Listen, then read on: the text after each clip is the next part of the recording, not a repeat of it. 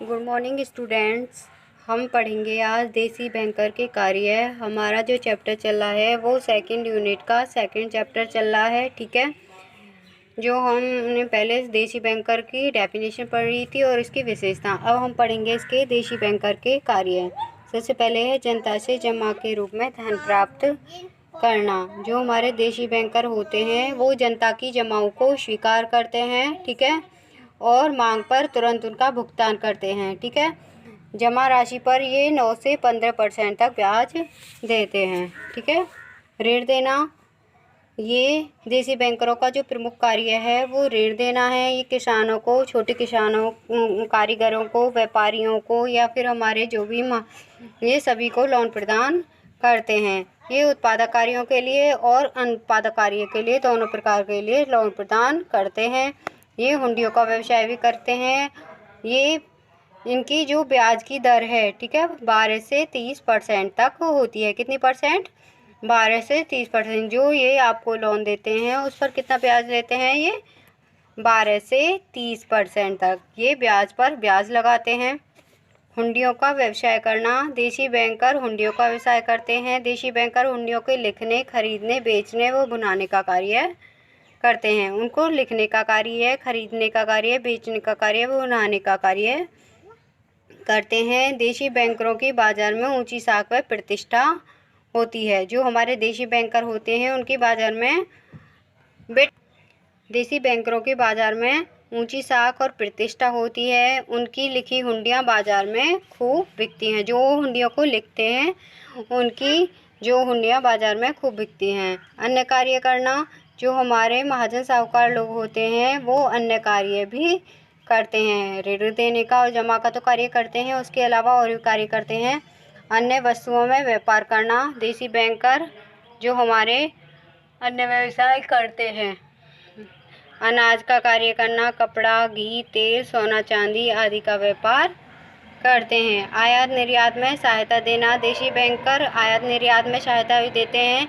जो हमारे भीतरी भाग होते हैं, ठीक है, उनसे माल को बंदरगाह तक पहुंचाते हैं और बंदरगाह से भीतरी भागों में पहुंचाते हैं। सट्टा व्यापार करना, देसी बैंकर सट्टे का कार्य भी करते हैं।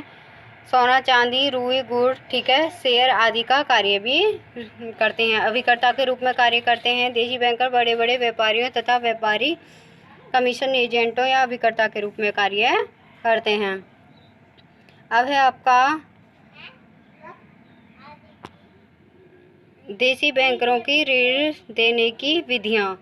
जो देसी बैंकर ऋण देते हैं, ठीक है, प्रतिज्ञा पत्र लिखकर, प्रॉमिसरी नोट, ऋणी के आभूषण व बर्तन आदि की जमानत के आधार पर। जो हमारा ऋणी होता है, जो लोन लेता है, उसके आभूषणों को रख लगते हैं या बर्तन वगैरह को, जमीन जायदाद, दुकान, उनको भी बंधक के रूप में रखते हैं। सरकारी स्टाम्प पेपर पर ऋण की शर्तें लिखवाकर, टिकट बही में ऋण की राशि व ब्याज दर लिखवाकर, टिकट ऋण के लिए ऋणी के हस्ताक्षर कराकर, किस्तों में भुगतान के आधार पर बिना किसी लिखा पढ़ी के हाथ द्वारा नगद राशि न देकर अनाज या अन्य फसलों के रूप में, ठीक है, नगद राशि न देकर वो क्या देते हैं लोन के रूप में? अनाज या फसल देते हैं। ठीक है, अब है आपकी देसी बैंकर तथा आधुनिक बैंकों में अंतर। मैं आपको इसकी नोट्स डाल दूंगी बच्चों, एक खुद से लर्न करने तुम्हें अंतर। लर्न तो सब कुछ करना है लेकिन अंतर भी लर्न करने हैं। अब आपका है देसी बैंकरों के गुण। मैं आपको हेडिंग बता रही हूँ, ठीक है।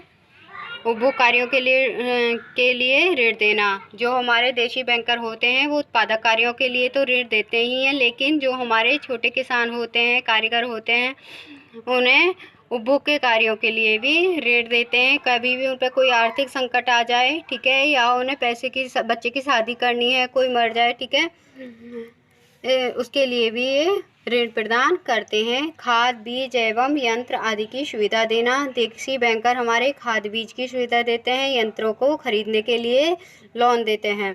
घरेलू उद्योगों को पूंजी प्रदान करना। जो हमारे छोटे छोटे कुटीर उद्योग होते हैं उनके लिए भी आर्थिक सहायता प्रदान करते हैं। ऋण की वापसी आसान किस्तों द्वारा। जो ऋण की वापसी है वो सिंपल तरीके से किस्तों के रूप में ये लेते रहते हैं। सरल व रोजगार कार्य प्रणाली, इनकी जो कार्य करने का तरीका वो बहुत आसान है आधुनिक बैंकों की तुलना में। इनके कार्य करने का तरीका बहुत लोचदार है, मतलब कि आसान है। ये सरल रूप में ये 24 घंटे आपको लोन प्रदान करते हैं, कभी भी जाकर आप इनसे लोन ले सकते हैं। रीढ़ी की प्रतिष्ठा की रक्षा, ये रीढ़ी की प्रतिष्ठा की रक्षा भी रखते हैं। जो रीढ़ी के खाता होता है उसे गोपनीय रखते हैं, ठीक है, कि रीढ़ी ने कितना लोन लिया है वो उसे शो नहीं करते हैं दूसरों को, ताकि रीढ़ी की साख बनी रहे। ऋण लेने वालों से व्यक्तिगत संपर्क, जो ऋण लेते हैं उनसे देशी बैंकर व्यक्तिगत संपर्क भी बनाए रखते हैं। किसानों को फसल की बिक्री में सुविधा, जो देशी बैंकर होते हैं किसानों को बिक्री की सुविधा भी प्रदान करते हैं। उनको देशी बैंकर किसानों की फसल को पकने से पूर्व ही क्रय कर लेते हैं। उन्हें अपनी फसल की बिक्री की कोई भी चिंता नहीं रहती है, ठीक है। वो आसानी से अपनी फसल को बेच देते हैं और वो उस फसल को आढ़ती के पास में शहरों में बेच आते हैं। बिना जमानत के ऋण देना, बिना जमानत के भी ये ऋण देते हैं व्यक्तिगत साख के आधार पर। ये ऋणी को जेवर गहने व वस्तुओं की धरोहर के रूप में रखने के लिए बाध्य नहीं करते हैं।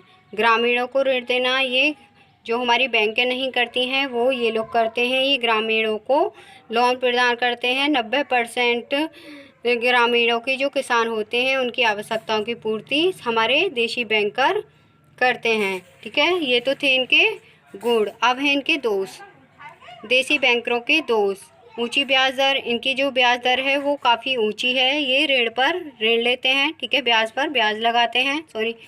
अन्य व्यवसाय करना, ये ऋण देने के और जमा स्वीकार करने के अलावा भी दूसरे कार्य करते हैं। पूंजी की कमी, इनके पास में पूंजी की कमी रहती है, क्योंकि ये जो हमारे लोग जनता होती है उसे लोन ज़्यादा प्रदान करते हैं। देखो इनके पास प्राय पूंजी का अभाव रहता है, क्योंकि ये कम जमा प्राप्त करके दूसरों को व्यवसाय भी करते हैं, दूसरे व्यवसाय करते हैं, अतः इनकी पूंजी दोनों कार्यों में बढ़ जाती है।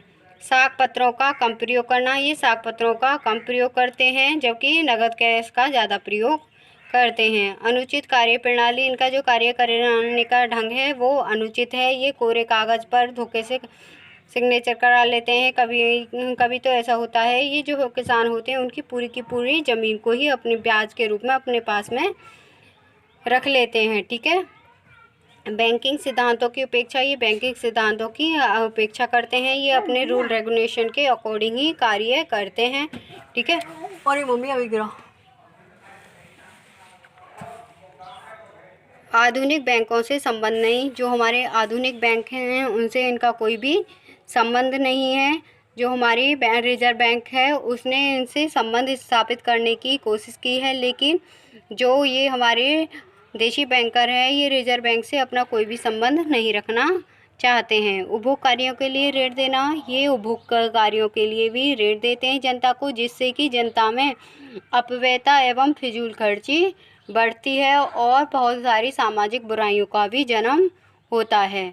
जमाओं को प्रोत्साहित नहीं करना, जो हमारी देशी बैंकर है ये जमाओं को प्रोत्साहित नहीं करते हैं। वहाँ के लोगों को नहीं बताते हैं कि अगर आप अपना पैसा जमा करोगे तो आपको ये बेनिफिट होगा, ठीक है।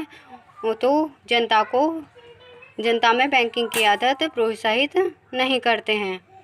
खातों व अन्य सूचनाओं को प्रकाशित नहीं करना, ये खातों को व अन्य सूचनाओं को प्रकाशित नहीं करते हैं। सट्टे का कार्य भी करते हैं, सोना चांदी व रुई आदि पर सट्टे का कार्य करते हैं, जिससे कि इनकी पूंजी का भी ह्रास होता है और कार्य क्षमता में भी कमी आती है।